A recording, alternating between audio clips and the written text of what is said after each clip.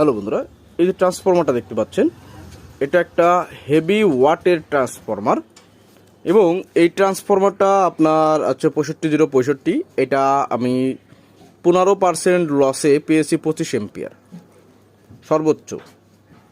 তো যাই হোক, হিসাবে ভুল ত্রুটি হতে পারে। এটার একটা টেস্টিং ভিডিও চলে আসবে এবং এটা যখন লোড দিছি তখন আমার অনেক ভোল্টেজ ড্রপ ইস্যু হওয়ার কারণে 5 কেবি স্টেবিলাইজার লাগায় তারপর হচ্ছে এটা লোড টেস্ট করেছি।